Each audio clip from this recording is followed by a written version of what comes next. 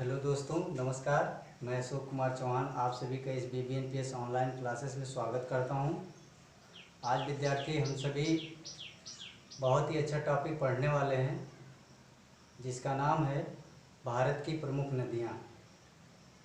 देखिए विद्यार्थी, एग्ज़ाम की दृष्टि से बहुत ही अच्छा टॉपिक है, जो बार बार परीक्षाओं में इस तरह के प्रश्न पूछे जाते हैं, जिसको आपको हल करने में काफ़ी समस्या होता होगा।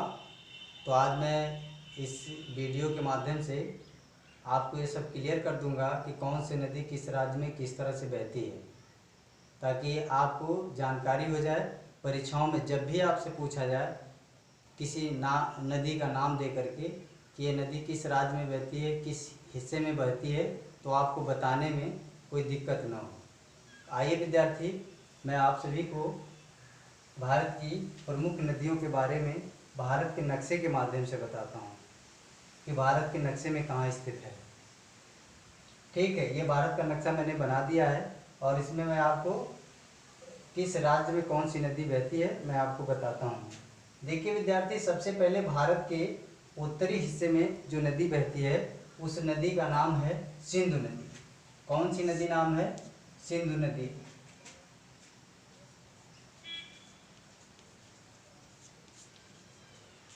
कौन सी नदी है विद्यार्थी? तो सिंधु नदी। ये यहाँ से चीन के पर्वतीय भाग से एक झील है बड़ा सा, उस झील से ऐसे निकल करके होते हुए भारत के इस तरह से राज्यों से बहती हुई ये जम्मू कश्मीर से होते हुए ये निकल गई है। इस नदी का नाम है सिंधु नदी।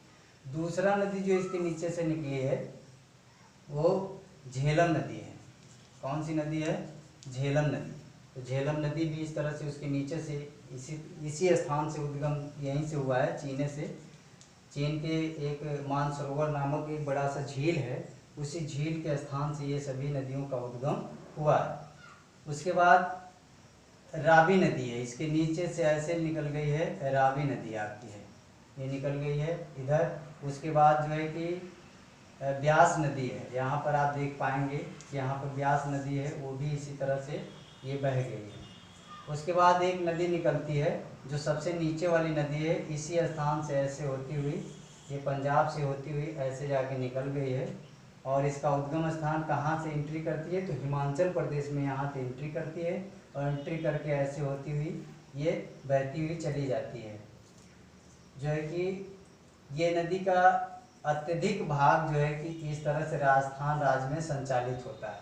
ठीक है, और ये ऐसे पाकिस्तान देश में निकल गई है। इसमें से एक नहर का निर्माण हो जाता है, उस नहर का नाम है जो है कि इंदिरा गांधी नहर। इंदिरा गांधी नहर।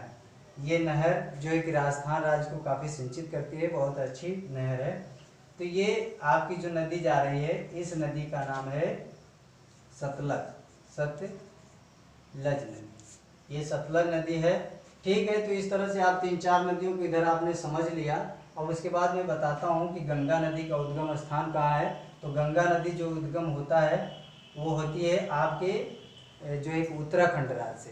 उत्तराखंड राज्य के यहाँ पर गोमुख हिन्नत से इसका उद्गम होता है। यहाँ से निकल करके ऐसे ऐसे उत्तर प्रदेश को सिंचित करते हुए, ऐसे भारत के पूर्वी राज्यों को सिंचित करते हुए यहाँ पर जा करके बंगाल की खाड़ी में गिर जाती है।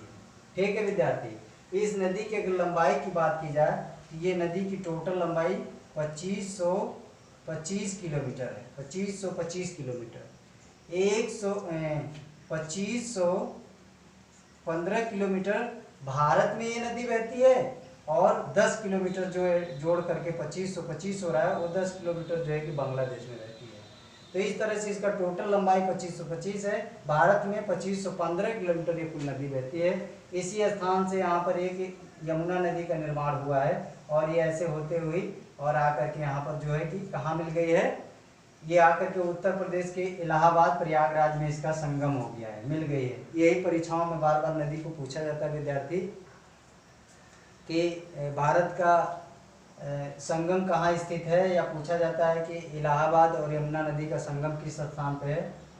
तो गंगा नदी का संगम पूछता है तो इलाहाबाद यहीं प्रयाग पे है। ये बार बार कई बार एग्जाम में इससे परीक्षा पूछी जाती है। तो आप बता सकते हैं उत्तर प्रदेश के इलाहाबाद नामक शहर पे है। ठीक है, उसके बाद आप नदियों की कुछ मैं आपसे बात करता हूँ। तो इधर अरावली पर्वत आपने देखा होगा, अरावली पर्वत।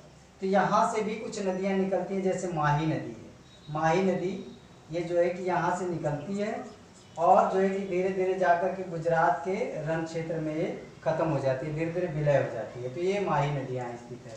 उसके बाद आपसे अगर बात की जाए नदियों का, तो घाघरा भी आप देखते होंगे, घाघरा नदी है। तो घाघरा नदी का भी कहीं ना कहीं ये उत्तराखंड राज्य से इसका भी उद्गम है। ये भी उत्तर प्रदेश में होती हुई ऐसे बहती हुई जो है कि चली गई है।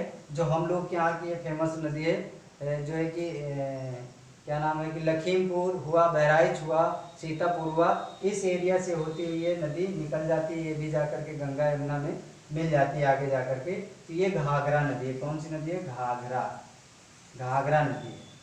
ठीक है, और ये आपकी गंगा नदी हो गई और ये आपकी यमुना नदी। ठीक है, यमुना हो गई, ये आपकी हो गई। ऐसे आप देखेंगे तो यहाँ एक विंध्याचल पर्वत है, ये मध्य प्रदेश में है। विंध्याचल पर्वत है। ये पर्वत से काफ़ी नदियों का उद्गम होता है। तो इस पर्वत से कौन सी नदियों का उद्गम होता है? जैसे आपकी नर्मदा नदी है, ताप्ती नदी है। तो नर्मदा नदी का जो उद्गम स्थान है वो जो है कि अमरकंटक के पहाड़ी से हुई है। इसी विंध्याचल पर्वत के यहाँ पर एक अमरकंटक पहाड़ी है। इसी पर्वत से ऐसे होती हुई ये नदी जा करके ऐसे गिर गई। इस नदी का नाम है नर्मदा नदी, नर्मदा नदी। उसके बाद नीचे साइड से ऐसे एक नदी का और उद्गम हुआ है, इसी से, इसी विंध्याचल पर्वत से इसका भी उद्गम हुआ है। ये धीरे धीरे से बह के ये भी जा करके इस अरब सागर में जाकर गिर गई है। इस नदी का नाम है ताप्ती नदी। ठीक है विद्यार्थी। उसके बाद एक नदी का उद्गम होता है जो त्र्यंबकम महाराष्ट्र से उद्गम होता है, एक नासिक स्थान है। नासिक, महाराष्ट्र राज्य में एक नासिक स्थान है। नासिक स्थान से इसका एक त्र्यंबकम पर्वत है। ये काफ़ी पर्वतों की श्रृंखला बड़ी है। उसी पर्वतों, विंध्याचल पर्वत की श्रृंखला बड़ी है। मालवा का पठार, दक्कन का पठार सब इसी एरिया पे सब स्थित हैं। तो इसी पठारों में से ये भी नदी का निर्माण हुआ ऐसे होती हुई है, ये आकर के आंध्र प्रदेश से होकर के जो है कि बंगाल की खाड़ी में गिर जाती है। ये कौन सी नदी है? तो गोदावरी नदी है। कौन सी नदी है? तो गोदावरी नदी है। उसके बाद एक नदी और यहाँ पर निकलती है जो आप पाएंगे कि ये केरल है, उसके ऊपर ये कर्नाटक है। कर्नाटक राज्य में एक नदी संचालित होती है, ऐसे आकर के गिर जाती है निकल करके। ये भी महाबलेश्वरम पर्वत से यहाँ पर स्थित है। इसी में से निकल करके और आकर के बंगाल की खाड़ी में गिर जाती है। इस नदी का नाम है कृष्णा नदी। कौन सी नदी है विद्यार्थी? तो कृष्णा नदी है। कृष्णा नदी ये यहाँ निकल करके कर्नाटक राज्य से निकलती है और होकर के ऐसे तमिलनाडु होते हुए आके बंगाल की खाड़ी में गिर जाती है। और नदी की मैं बात करूँ, जैसे गोदावरी हो गया, कृष्णा हो गया, एक कावेरी नदी है, कावेरी नदी। तो ये भी इसी पर्वत श्रृंखला से निकल करके ये तमिलनाडु राज्य को सिंचित करती है निकल करके, ऐसे ऐसे ये भी आकर के बंगाल की खाड़ी में गिर गई है। तो ये दक्षिण भारत की कुछ प्रमुख नदियां हैं विद्यार्थी। ठीक है, एक चंबल नदी है। तो इसी जो है कि विंध्याचल पर्वत, यानी कि ये पर्वत की श्रृंखला काफ़ी मध्य प्रदेश में विस्तृत है, बड़ा भूभाग पर फैला हुआ है। ठीक है, इसमें छोटे छोटे और भी पहाड़ियाँ हैं, छोटे छोटे और भी पर्वत हैं। तो इसी भूभाग में से एक निकलती है नदी, उसका नाम है चंबल नदी। चंबल नदी, ये नदी क्या करती है? ऐसे बहती हुई थी जाकर के यमुना की सहायक नदी होती है। ये यमुना की सहायक नदी अगर पूछता है कि यमुना की सहायक नदी कौन सी है, तो चंबल। अगर परीक्षा में पूछता है कि गंगा की सहायक नदी कौन सी है, तो आप बताएंगे यमुना। ठीक है, यमुना नदी बड़ी सहायक नदी है और यमुना नदी की सबसे बड़ी सहायक नदी है चंबल। बेतवा हो गया, इसी में से निकलती हैं, सब इसी में मिल जाती हैं। तो ये बेतवा नदी यहीं पर वो भी है, बेतवा नदी। ये सब मध्य प्रदेश की नदियाँ हैं। ठीक है, ये नर्मदा हो गई, ताप्ती हो गई, बेतवा हो गई, चंबल हो गई, सभी नदियों का उद्गम स्थान सब इसी मध्य प्रदेश से है और ऐसे ऐसे हैं नदियाँ। उसके बाद मैं इधर आ जाता हूँ आपसे, यही तिब्बत मानसरोवर नामक स्थान से एक नदी ऐसे निकलती है और होती हुई यहाँ अरुणाचल प्रदेश में एंट्री मारती है और एंट्री मार करके ऐसे ये असम राज्य को, ढेर भूभाग को सिंचित करती है, असम को। ठीक है, तो असम राज्य में बहती है। इस नदी का नाम है ब्रह्मपुत्र नदी। ब्रह्मपुत्र नदी ये तिब्बत मानसरोवर नामक स्थान से उद्गम होता है, ऐसे बहती हुई सिक्किम वगैरह, अरुणाचल प्रदेश, असम, मेघालय होती हुई आकर के बंगाल की खाड़ी में गिर जाती है। अगर इस नदी की चौड़ाई लंबाई की बात की जाए विद्यार्थी तो 1376 किलोमीटर लगभग इसकी लंबाई है, ऐसे होती हुई आकर के बंगाल की खाड़ी में गिर जाती है। लेकिन भारत की बात की जाए तो सबसे बड़ी गंगा नदी है, जिसका कुल टोटल लंबाई 2525 है और भारत में बहने यानी कि उड़ीसा तक बहने की एरिया इसकी जो है 2515 किलोमीटर है। तो ये कुछ नदियां हैं विद्यार्थी। उसके बाद यहाँ पर देख लेंगे कुछ बिहार राज्य में नदियां निकलती हैं बिहार राज्य से। तो ये नदी आपका देखेंगे, ये आपका बिहार है, ये उत्तर प्रदेश चल रहा है, ये आपका बिहार लगा हुआ है। तो यहाँ से कुछ नदियाँ दूर निकलती हैं जो आकर के ऐसे ये भी गंगा की सहायक नदियाँ बन करके और गिर जाती हैं बंगाल की खाड़ी में। तो इस नदी का नाम है कोसी, और इधर एक नाम है कोसी है, और कोसी देखते हैं कौन सी नदी है, गंडक नदी है। कौन सी है? गंडक,